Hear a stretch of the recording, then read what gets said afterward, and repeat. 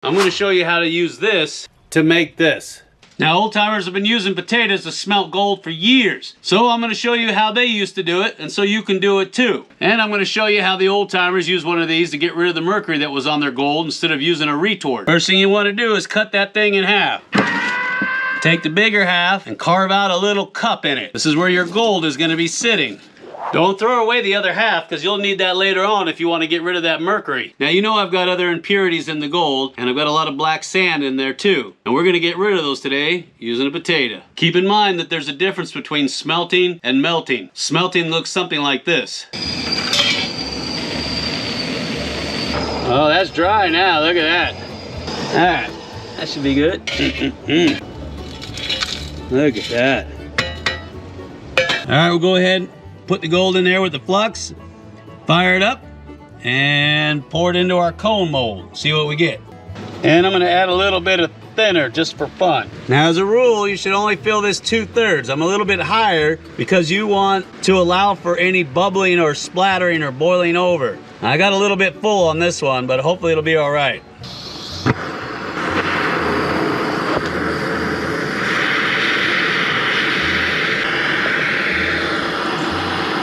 You want these to breathe, oxygenate, so it'll oxidize out the lead, so they have a larger hole on the top, just for these larger cupels. And I'll make a video about that too. And then here's a little tiny cupel, you can see the difference. Yeah, always make sure you keep an eye on it to make sure it doesn't try to boil over. Heat that cone mold up so you don't have thermal shock when you go to dump it in. Now I wanted to show you that they do make a flux for sulfide ore. You see that? And we got this from Action Mining Services. They're a fantastic company that specializes in these types of fluxes.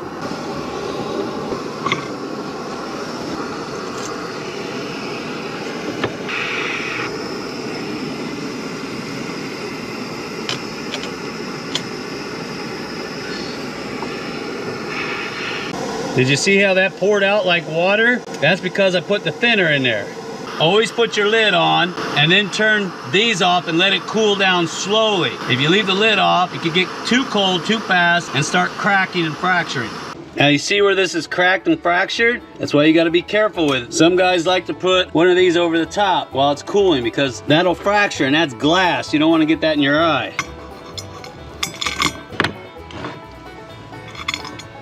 Oh, look at that. Now that is a beautiful bead of gold. We're going to talk about fluxes real quick. They're either going to oxidize or they're going to reduce. Flux that we're going to be working with, Chapman flux, is going to be doing oxidation. Getting all the base metals and all the junk out of your gold and into the slag. Now you can either use matte gas or acetylene, but I want to show you how you can use propane. Now when you get the kit, you usually get 2 graphite crucibles. This is a standard kind of flux. I recommend that you use a thinner. It'll make it pour so much easier. Now they make all different types of crucibles out there. They got ceramic, graphite, clay, silicon. But today we're going to be using a full graphite. All right, let's see what we got here. About 1.5 grams. Woo, let's see what happens when we melt it. When you're working with Chapman flux, you do about a 1-to-1 ratio based on volume. That's a little bit more, but that's okay. And you're gonna pour that in like a cup. There you go. Shake it all around. Now remember, you're going to be working with some high temperatures here. So don't forget your safety gloves and your mask. My eyes bad. The goggles do nothing. Now whenever you're doing any smelting, I recommend using a cone mold. Now we're using graphite. If you use cast iron, heat it up first or you'll get thermal shock.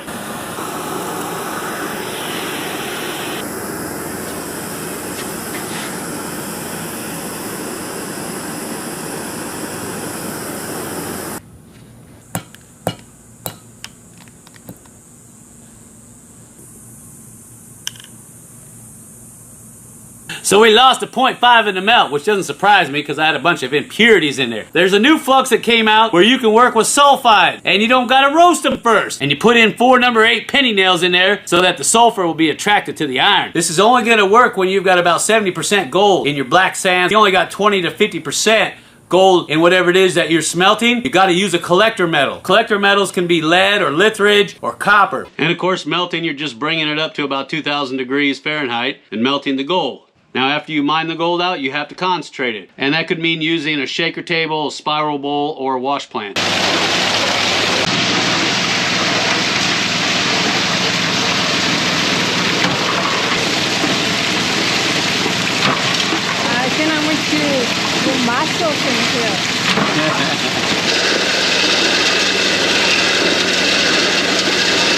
Piece of gold right there.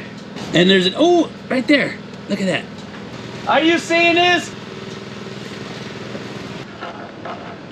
Now once you've got your gold concentrated and you want to ship it off to a refinery, I strongly suggest that you smelt it down and get it as pure as possible. That way you'll have a better idea of what kind of return you're going to get from the refinery. Because they're only going to pay you 94 to 96% spot depending on which one you use. Now we like going through Midwest Refinery, and I'll leave a link down below. But it's always a good idea to keep it refined into small buttons. That way if there's a financial crash you can use it as currency. The first step to using this in a refining process is you have to get a layer of carbon on the outside of this. We're going to use MAP gas to do that. And to remove the impurities, we're going to be using borax and Hank Chapman flux.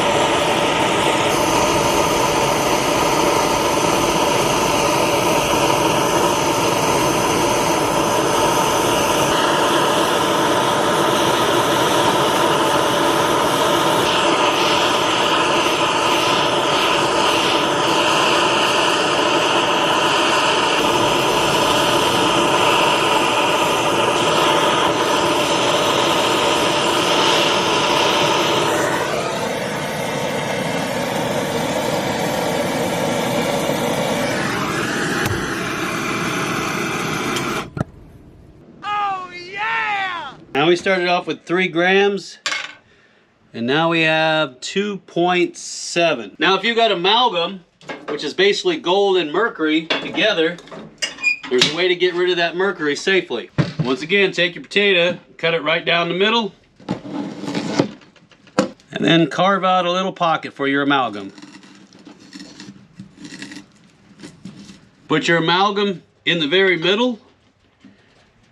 Take the 2 halves. Now in the old days, the old timers would wrap it up with wire, but we're gonna wrap ours up with tin foil. Just like making a baked potato.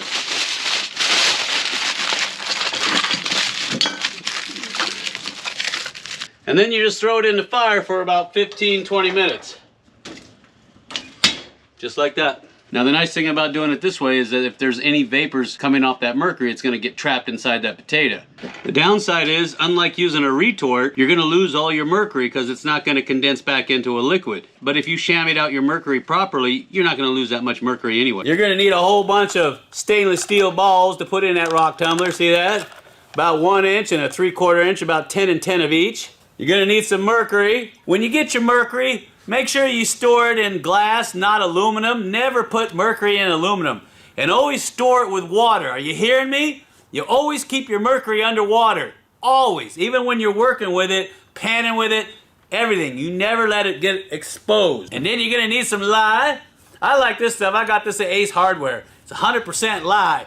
And lye is also known as sodium hydroxide and caustic soda. But you want 100% because that'll clean the gold really, really well. And like I said, if you can't do that, then get some of these really powerful clog drainers. The last step is the recovery of the gold out of the amalgam. Remember, I told you when gold and mercury come together, they make an amalgam. It's like a ball, and it's got mercury all over it. This is a retort, okay? We're going to be retorting. All that means is I'm going to be heating up the mercury and the gold, the amalgam, inside of this little vessel chamber. And then what happens is the vapors go through this water jacket. This is going to be filled with water.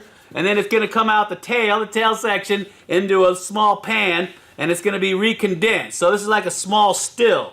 And you're going to dump the concentrates into the drum. Then I'm going to take my 20 balls that I got right here, dump them in there. And you better be real careful with this. You're going to take a tablespoon of this and dump it in there. And that's about a tablespoon. And then take it over to your tumbler. Now that you let that thing tumble for about 2 or 3 hours, what you're going to do is you're going to drain off all that nasty lye that was in there. And then you're going to put in fresh water. Now you can't put the mercury straight in with the lye and tumble it that way. And a lot of guys do that. It does work. It is very effective. But I like to rinse it out and get some fresh water in there before I put my mercury in. I think it just helps a little bit, but it'll work either way. When you get your mercury, you're going to always want to work over what? Water. And then you just dump it in. So I'm going to dump my mercury straight from here right into there. See that? I'm going to put the lid back on and I'm going to tumble it for about an hour and a half. After letting that tumble for about an hour and a half, you're going to open that bad boy up and I'm going to show you how to get the amalgam away from all that other nasty black sand that has nothing in it. Alright, I'm going to drain some of my water off into here. See how nasty that is? Got to get all my steel balls out of there now. And wash these off. Go ahead and get my steel balls in there. Alright, I got a whole bunch of black sands and mercury left in there. Put some more water in there. One more time, clean it out. There we go. If you're working with a lot of material and a lot of mercury, the best way to do this is to pan a little at a time. And you're going to need one of these. Nice and gentle. I can already see that mercury. See that mercury trying to come out of there? I don't know if you can see that. See that? Where it's already trying to come out. Now when you go to suck this out, remember, tilt it up. Don't go like this because the mercury will come out. So you're going to suck it up. Tilt it up this way. Go over into your glass jar, just like that. That nice chunky amalgam. You're going to take your chamois. Remember I told you need a chamois. Because I like to stretch it over something like this. See that? Then I'll take all my mercury and I'll pour it in there like that. Just like that. Make sure you got gloves on. That's really important. And what I'm going to do is I'm going to squeeze that mercury right through that chamois. And I'm going to clean the mercury and I'm going to get my amalgam. See that mercury coming out? Right there. See that?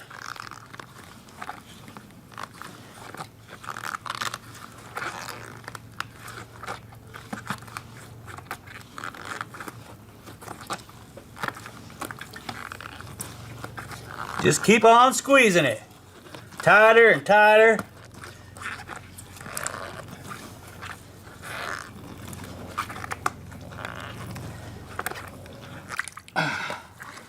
Alright, I think that's it. Let's see what we got. I can feel something in there.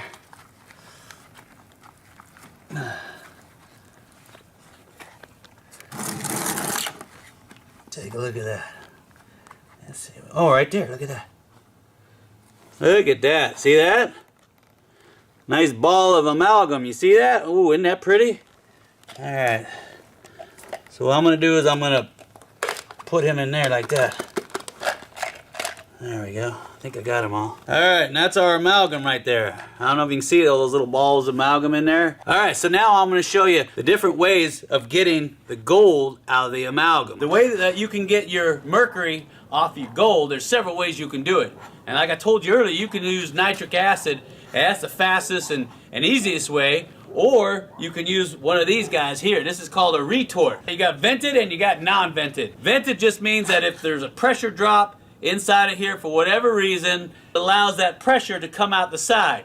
Non-vented, you could probably suck water up this tube, and if it gets in there, it's going to explode. Now, there's actually a way to charge your mercury. There's actually two ways to do it. One way is to add sodium to it, which is a little bit dicey, and the other way is to cathode and an anoid in a cup, and then you're going to put some lye in there, and you're going to put a 9-volt battery on that, and you put your mercury in there. That's going to supercharge that mercury, and when it's supercharged, it's going to attack that gold like nobody's business. All right, so the amalgam goes in here. Now, I see a lot of guys, they'll pour a whole bunch of mercury in this thing, and of course it's not going to boil it out. So you want to make sure that your amalgam ball is completely void as much mercury as possible.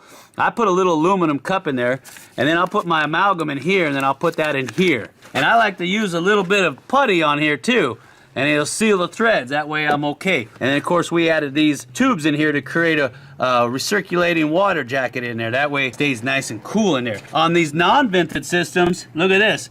It comes down. You want a little cup down here at the very end to capture the mercury. You got this rubber tube hanging out the end here. Now, I like to put a piece of either cheesecloth or some kind of cloth taped to the end, and then that sits inside of the water here. And I don't like to have this tube submerged in there because if there's a drop of pressure, it'll suck the water up this tube, and that can be dangerous. Put the amalgam right in there like that. And I'll put him right on the end like that. All right, now anytime you do this, you make sure you're outside in a well-ventilated area. What you're gonna do is you're gonna let that air cool down and then take it off. And then you can take out your little aluminum, which looks like a cup. See that? And I put him down there in the water. Shake him out. A lot of people out there think that mercury is dangerous. But in actuality, it's not that dangerous. It's the vapors that are dangerous. Old timers have been using it for years, but lately it's gotten a bad rap. Now there's a lot of YouTubers out there that have gone to great lengths to prove to you that it's safe. And one of my favorites is Cody's Lab. I'll leave a link down below to one of the videos he did on mercury and how safe it is, and the unique qualities about it too. Oh yeah, that looks like it's just about done. All right, let's have a look at that. Yeah, looks about right. All right, let's cut this thing open and see what's inside. There she is. Let's clean it up and see what it looks like. And that's what's referred to as sponge gold. And then from there you can smelt this down into a button and you're good to go. Now if you'd like to do your own smelting without all the hassle, I highly recommend these little quick kilns right here. I'm going to go ahead and leave a link down below where you can get them. Mention our name and they're going to give you a discount. When you buy the kit, it'll come with a crucible, tongs, and flux. This is one of the fastest and cheapest ways if you want to do your own smelting. Now if you like today's video, you go ahead and smash that like button. And if you guys want to learn more about gold, and especially the geology of gold, I'm going to leave a video right here. You're really going to enjoy this if you haven't seen it already. Leave me a comment on that as well, and I'll see you on the next video.